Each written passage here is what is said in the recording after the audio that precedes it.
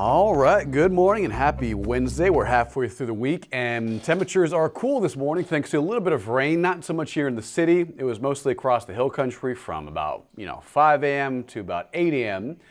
And things are mostly dry at the moment. We'll take a look at radar and show you another chance for rain later on this evening. We have a possibility, I've seen a couple of more isolated thunderstorms that develop with the heating of the day around 4, 5, 6 p.m. later this evening. And again, we'll show you the timing and what we're expecting on the coverage on that in a second. First, outside right now, it is a mostly cloudy start to our Wednesday. Maybe a few sprinkles out there, but mostly dry on this Wednesday morning. Today's level, it's looking okay. It's still down a little bit, but overall up since the last 10 days, since we've seen, just kind of waves of rain move through the area. Matter of fact, the rain that fell this morning all across the hill country, not so much in San Antonio, but across the contributing zone. Kerr County, Kendall County, northern Bandera County, which all funnels into the Edwards Aquifer. So even if it's not falling in central or northern San Antonio, it's okay. If it's falling in the green highlighted area, the contributing zone, that's eventually going to pour down into the San Antonio metro and help replenish our aquifer. So in the 24-hour change, it is down about a half a foot since yesterday. 10-day average, 630.1 feet. Historical average, it's down by about 28 feet, just because of how drought has been in the last 6 to 8 months. San Antonio water system remains in stage 3 water restrictions. So here's what we're looking at. A couple of different live shots outside showing a cloudy skyline over San Antonio and near Elmendorf and Calaveras Lake. This is the radar loop over the last 3 hours. Notice we had a couple of showers in the hill country north of Bernie. But now it's starting to dry out. Radar, it's mostly quiet with a couple of sprinkles, maybe an isolated shower here and there, but mostly dry right now. Before we get to the forecast, let's talk about early June. It is the kickoff of hurricane season. No storms in the Gulf, no storms in the Atlantic right now. There is a chance at development near the Carolinas later this week, which we'll show you in a second. But here are the names. If you're just seeing these names, and take a look if your name's on there. It starts off with Andrea down to Barry, goes through Dexter and Aaron, Imelda, Jerry, Karen, and Lorenzo. Now, if you remember a few years ago, we had a tropical storm Imelda that hit Houston that dropped a lot of flooding rains. And you might be thinking, well, since we had a tropical storm Imelda already, why is it still there? Why are we seeing these names recycle? Only if these storms become major hurricanes and they cause catastrophic damage are they retired and they'll never be used again. So Imelda did cause a lot of flooding in southeast Texas and western Louisiana a few years ago. I think it was, I don't know how long ago it was. I just remember maybe 2020, 2021, maybe somewhere around that time we had Tropical Storm Imelda, and it was just a flooding rain tropical storm. It wasn't very powerful and like Category 1 status, but it was a lot of rain. But it wasn't enough to cause catastrophic damage. As a result, did not qualify it to be retired.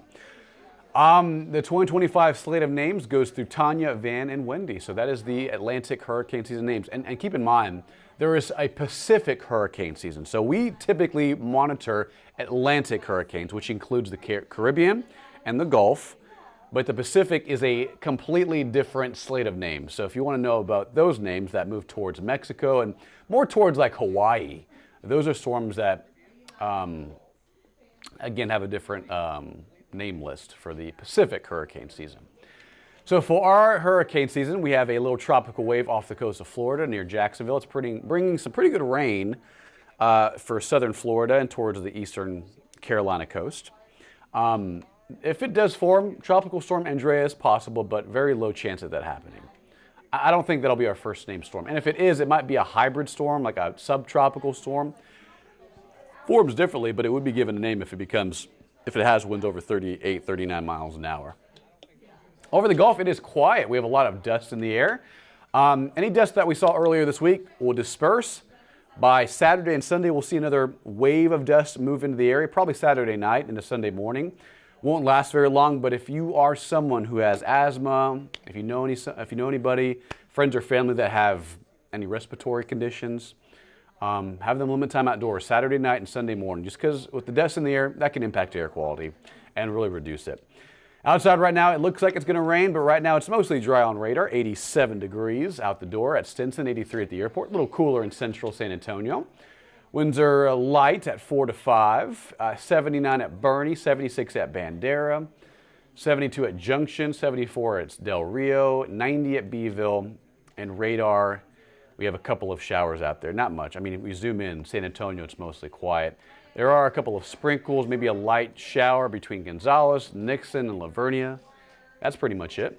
Overall drying out for the next couple of hours. A couple of downpours near Bastrop, between Cedar Creek and Lexington, and just west of Giddings, east of I-35.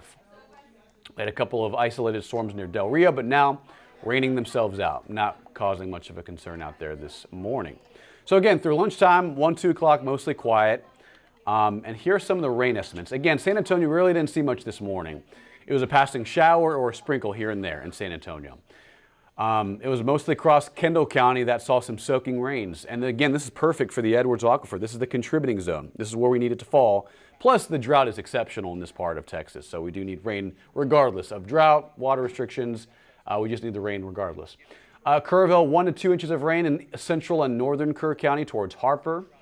1 to 2 inches of rain in north and eastern Gillespie County. In eastern Kendall County, radar is estimating 3 to 4 inches of rain from this morning. So again, it was just mostly a hill country event, and not much fell in the city. We just had a few sprinkles and light showers here and there. So here is today's severe outlook. It's mostly east. San Antonio is not included in it. But anywhere from Austin towards Houston, that's where they're under a level 1.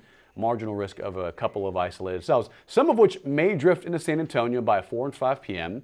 Notice that this particular model has 1 or 2 isolated storms between here, Seguin, San Marcos, Austin, Gonzales. Some of those could be heavy, some of those producing some lightning.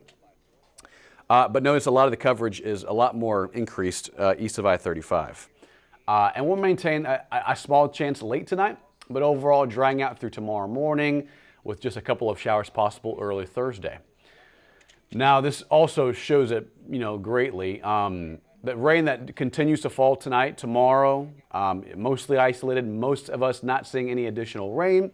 But if you're lucky enough between here, Guadalupe County, Wilson County, maybe towards Del Rio, Austin, LaGrange, if you get lucky enough to get caught under an isolated thunderstorm, it could easily drop a quick 1 to 2 inches of rain, maybe a 1/4 of an inch on the low side. But if you get lucky enough, you'll get a good soaking rain. So take a look. Grace, any more storms possible tonight in San Antonio? Yeah, there's a small chance at an isolated storm tonight, Grace, but mostly quiet. All right, so notice that as we put this into motion, we have high pressure moving back in. This will be the first little heat wave for June. But remember, it's still spring.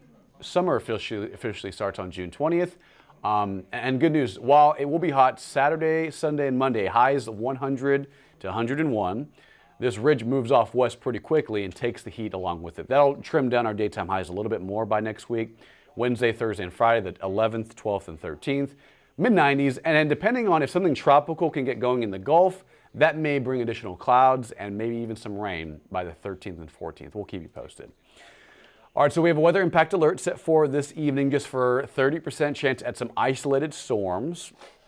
Definitely not going to be everywhere. Drying out for Thursday afternoon, Friday afternoon. Mid-90s, 96 Friday, 98 Saturday with 101 expected Sunday and Monday.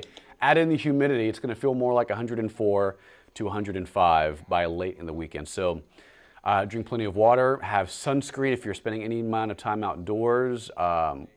Keep an eye on your friends, your family. Heat exhaustion, heat stroke is going to be a concern this weekend. For the first full weekend of June, it's going to be looking good. It's going to be sunny, it's going to be hot.